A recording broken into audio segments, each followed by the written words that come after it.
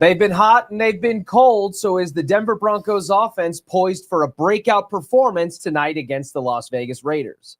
What should Vance Joseph's highest priority be when it comes to stopping Brock Bowers and Ashton Jeanty? And do the Nuggets potentially still have one pretty glaring weak spot on their 2025 roster? All things to come on today's rundown. Thank you so much for joining us. While you're here, make sure you like and subscribe to our Denver Sports 1043 YouTube channel. At DenverSports 1043 is the handle for Instagram, YouTube, and TikTok. If you're watching us live on X or Facebook, thank you so much for joining us. Make sure you like and smash that share button. Set those notifications too so that you can never miss a beat. Let's get into it for today's show and welcome in social media guru for Denver Sports 1043 The Fan and regular contributor on the Mile High Hoops podcast with Jake Shapiro, Anilo Piro.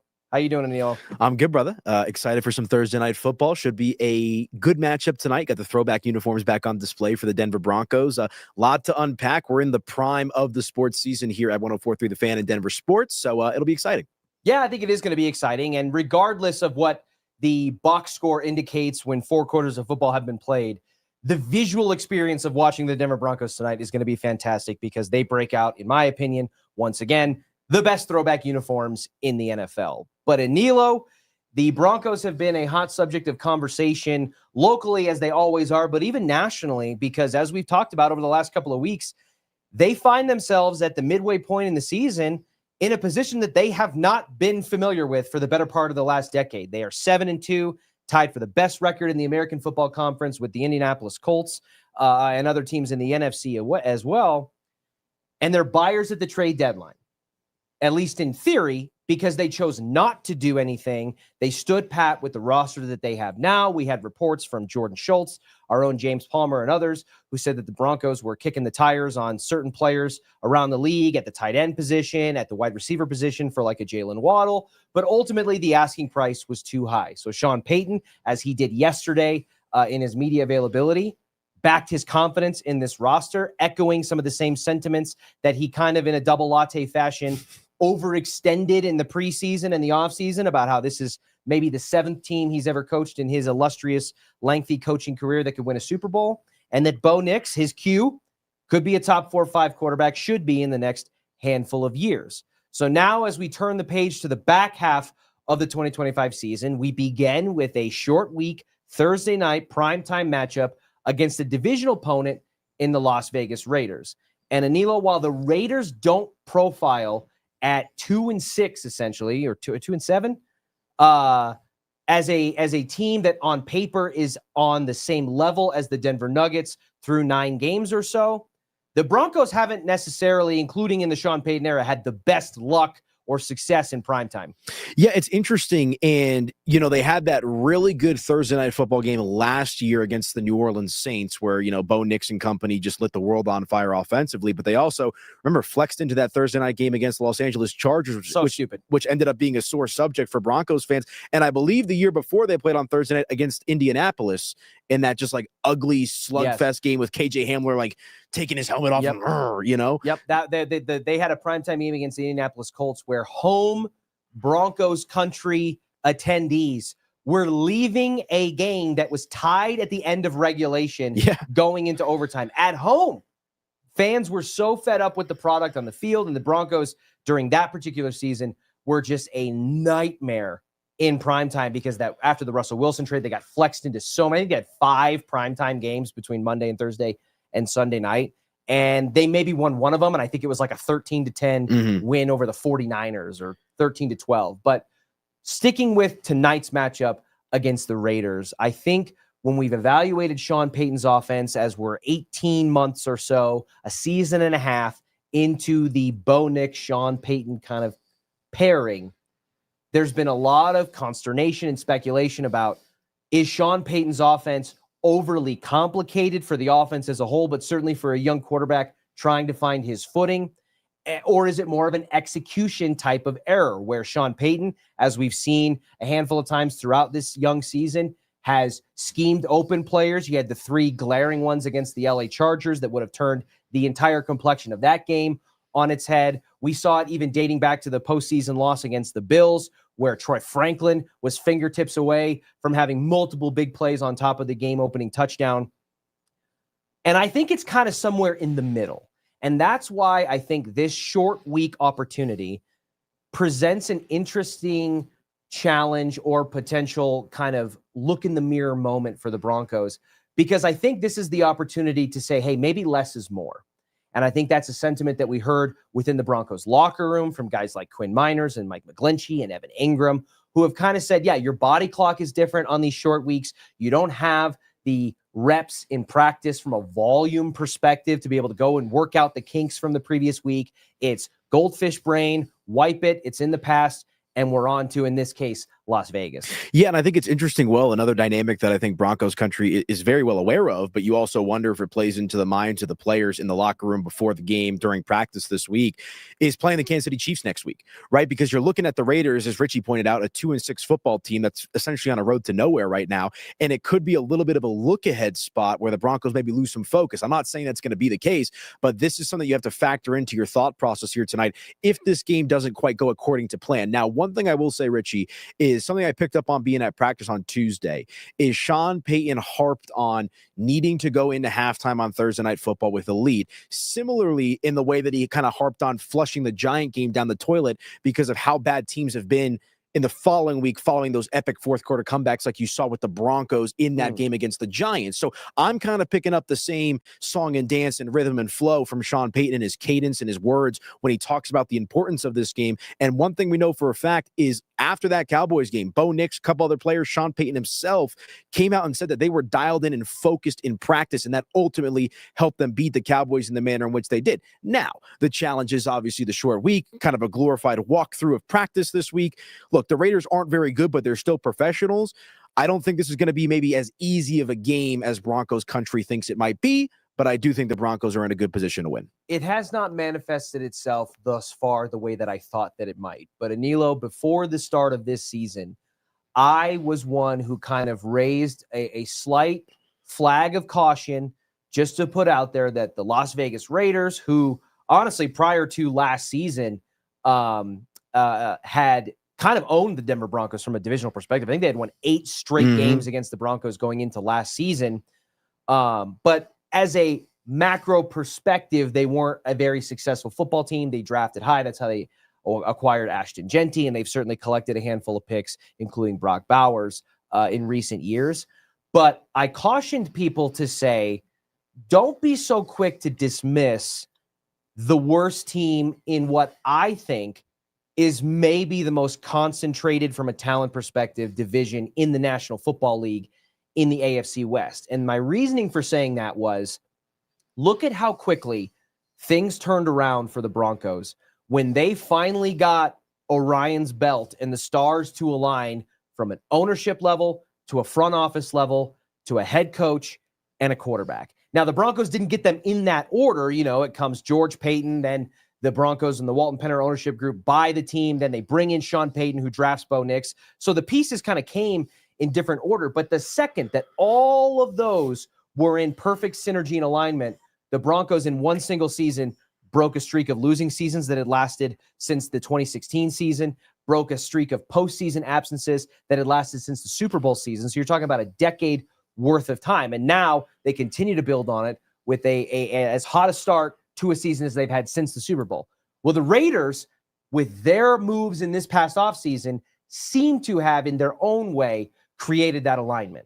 They helped bring in, the ownership helped bring in Tom Brady to help solidify and build a competent front office structure. They went in and got a head coach in Pete Carroll who knows what he's doing. And the first thing Pete Carroll did was go get a quarterback that he's so comfortable with that he moved on from his Super Bowl winning quarterback in Russell Wilson and was willing to part ways for a guy like Geno Smith. So I just wanted to put that word of caution out there before the season to say, hey, let's not just be so quick to dismiss and say Raiders are going to Raider and it's the same old same and all of that. Now, it hasn't translated through 8 games of this NFL season, but there is still playmaking talent and potential available on this roster. Evidence number 1 is Brock Bowers last week against the Jaguars. He got hurt in the third quarter of the first game of the NFL season and has been struggling to come back to form multiple times throughout that point. And he's fully healthy now. And what does it turn into? A 12-catch, 127-yard, 3-touchdown performance. And that's rolling into, momentum-wise, a short week against the Broncos,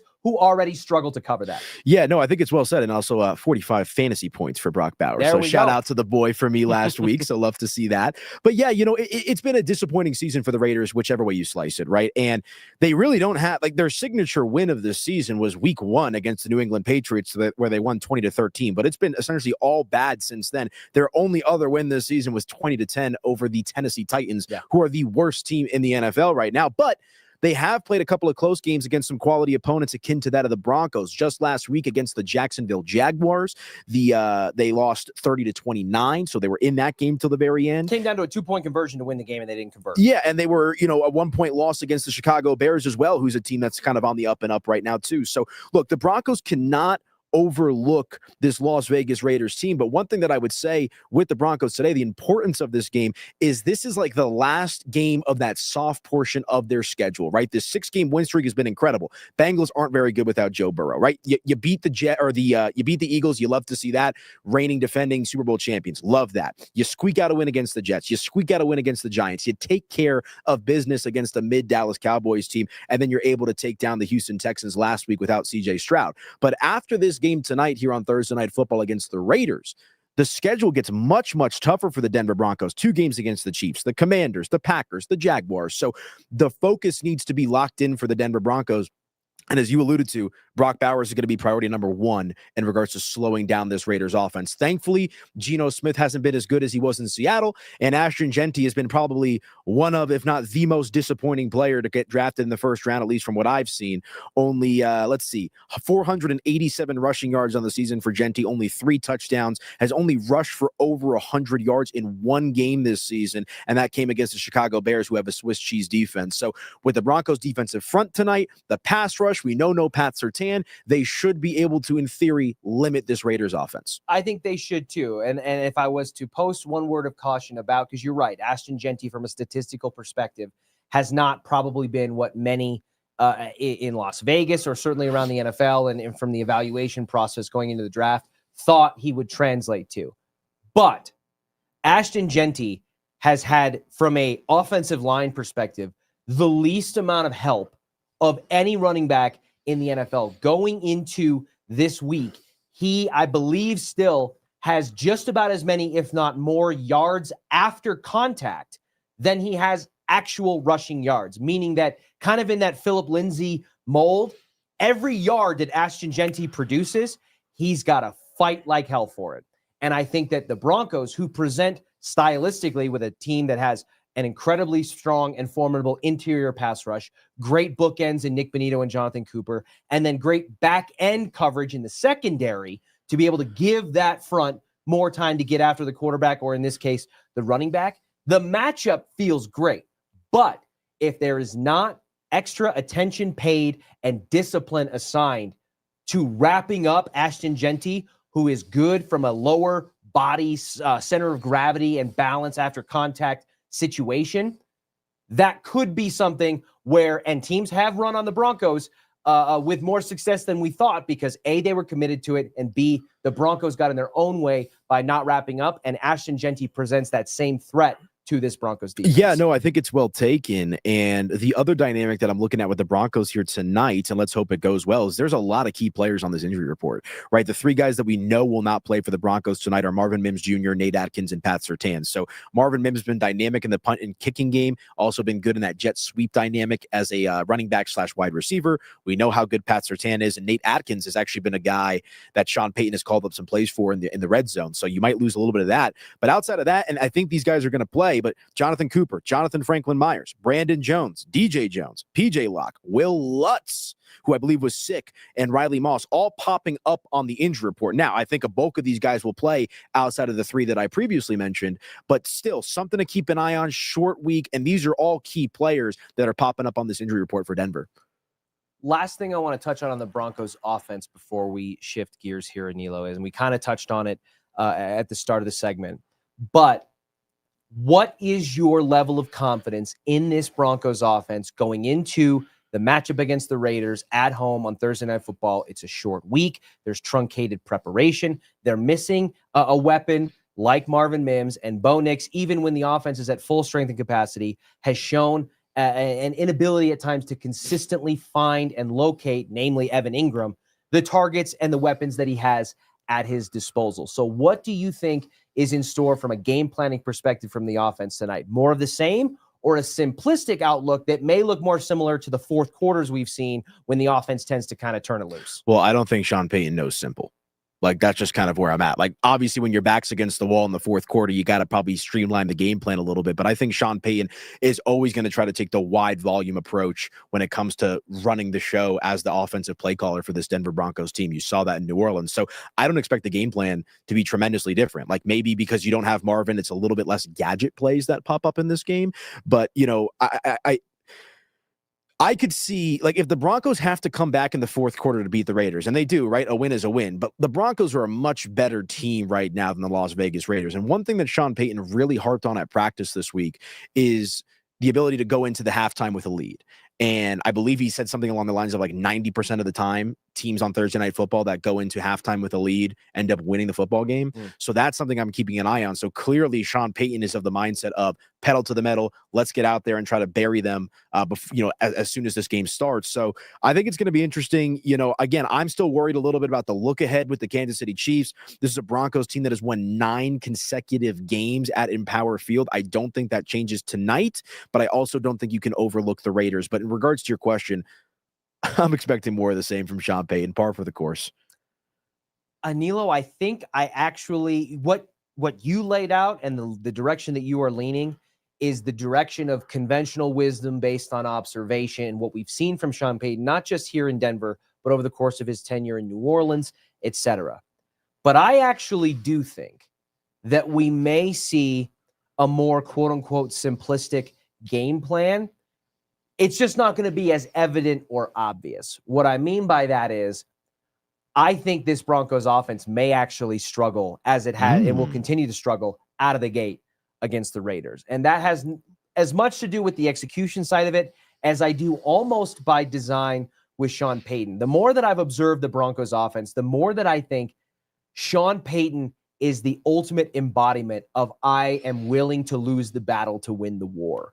I think there is a part of Sean Payton who is a master manipulator from a formational personnel standpoint within the offensive framework that he likes to employ. We like to harp on how many positional changes that he makes, keeping a fullback on a roster in today's NFL because of the different formations and looks that it allows him to bring in, the concept of the joker, sliding wide receivers in and out on a play-to-play basis throughout a single drive. We love to pick on those things because it doesn't work. But what I do think, and Sean Payton is aware of, is that the struggles and the inefficiencies late are part of what sets up the success on the back end that we've seen with these fourth quarter explosions. I think that Sean Payton, with his lack of commitment, quote unquote, to the run game, or the fact that they may only be getting, short bubble screen passes or 2 yards a clip here and there with pseudo extensions to the run game, is part of lulling the defense to sleep, but using exactly the same types of formational looks to a defense and then just switching off of it. You see it with the Denver Nuggets, right? Where David Adelman can run a certain set, but run 4 or 5 different play variations off of that set. It's like using the run to set up the play action. I think that Sean Payton goes into some of these games knowing, hey, they're going to get theirs early, but they're not going to be ready for my counterpunch in quarter 3 and most importantly, quarter 4. And I really think that's the driving force and factor behind some of the fourth quarter success that they've had. That, and it seems like Bo Nix gets a little bit more loose and involved with his legs. Yeah, I think you're right. I just don't know if that's a sustainable way to win football games. It may not be, but I think that's his way. Yeah, and look, you're going to be able to get away with it against a team like the Raiders tonight. I mean, this is a bottom third defense allowing 26.3 points per game. So you would think the Broncos offense would have the ability to kind of get right, or in theory, get out to a good start tonight.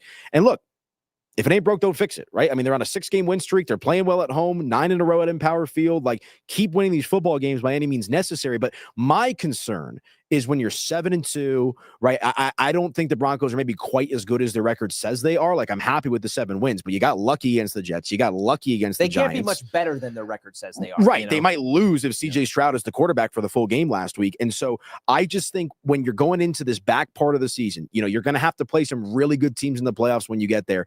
I think you need to see the Broncos put together a complete game. Frankly, something that we haven't really seen outside of the Dallas game this season.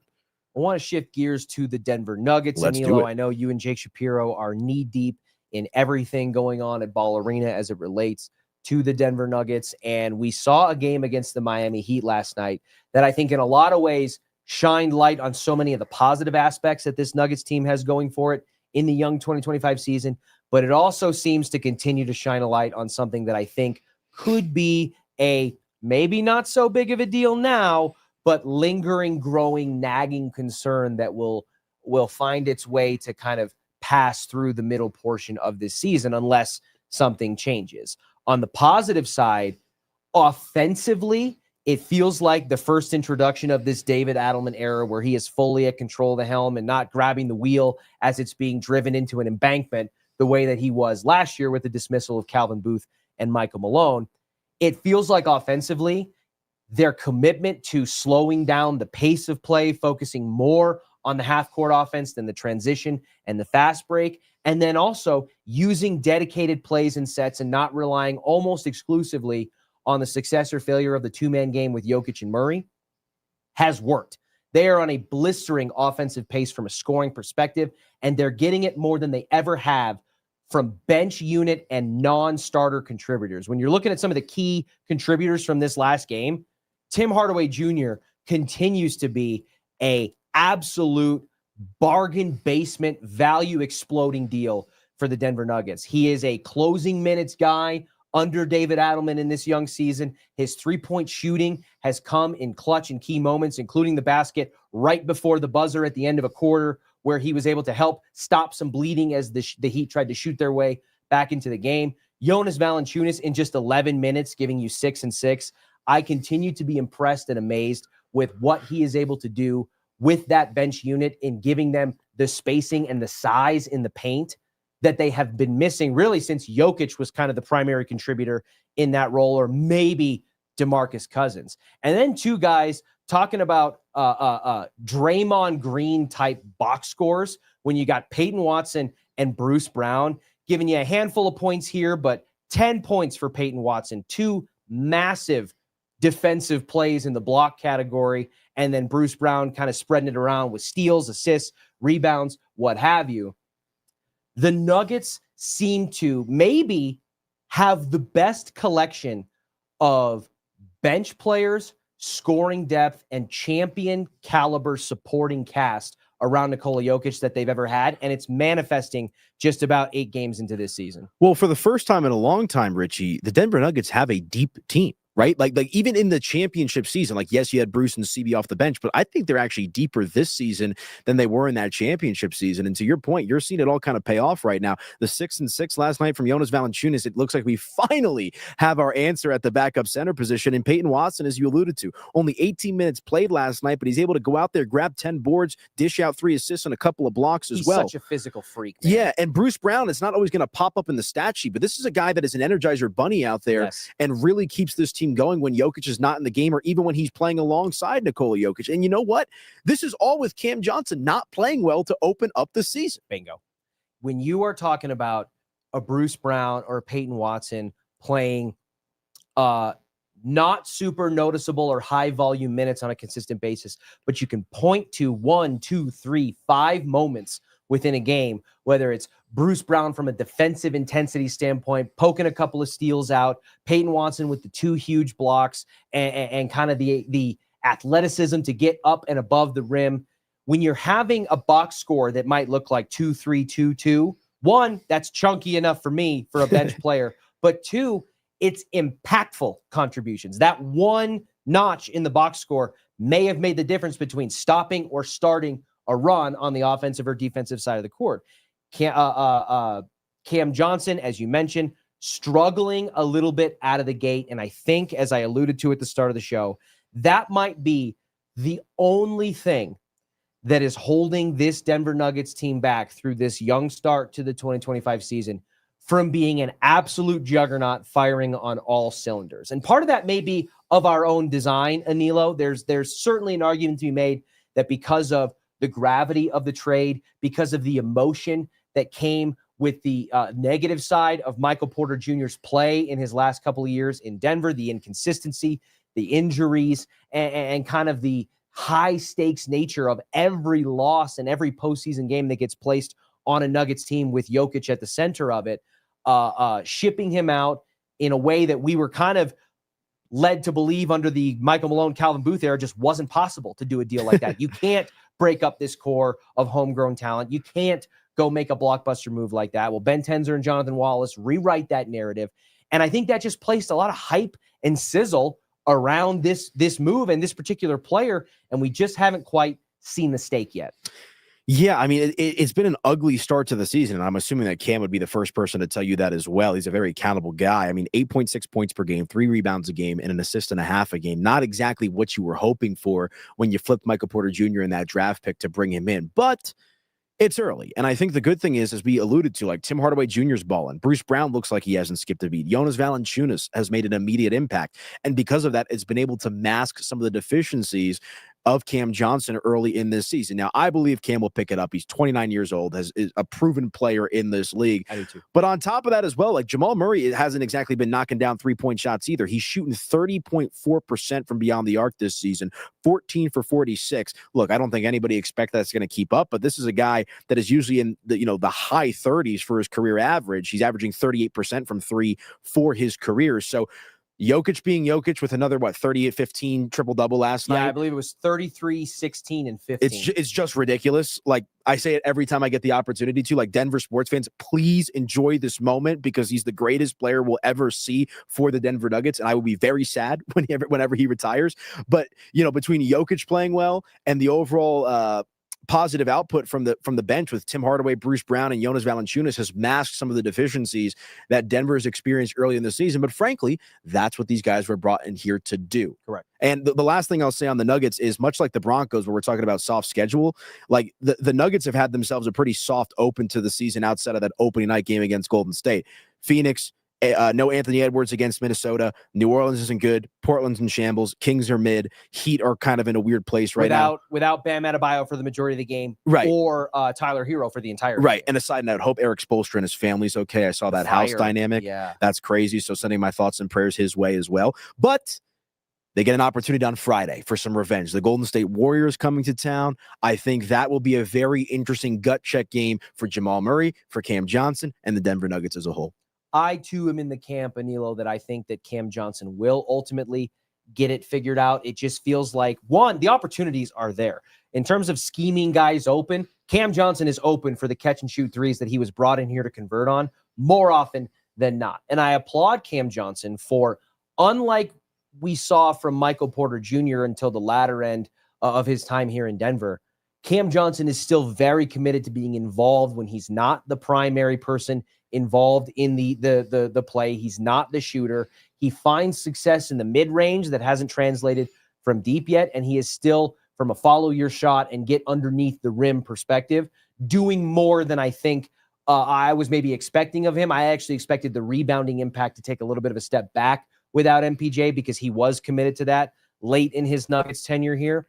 I think he will get it figured out, but I really can't quite put my finger on it quite yet as to what's not clicking. I think that there is an element of, when you are a part of a Jokic-led offense where he is the ultimate sun that the universe revolves around, and he is like water in that it finds the path of least resistance to wherever it can travel. And so Jokic is always scanning for the open man, and the seconds and the windows to find that open man are about as small with the Denver Nuggets as they are in any team in the NBA, meaning that there is no lax time when you're on the offensive end of the court for the Nuggets. That ball can find you. Just ask Domantas Sabonis, who took one on the forehead on a pass that was going into the outlet there.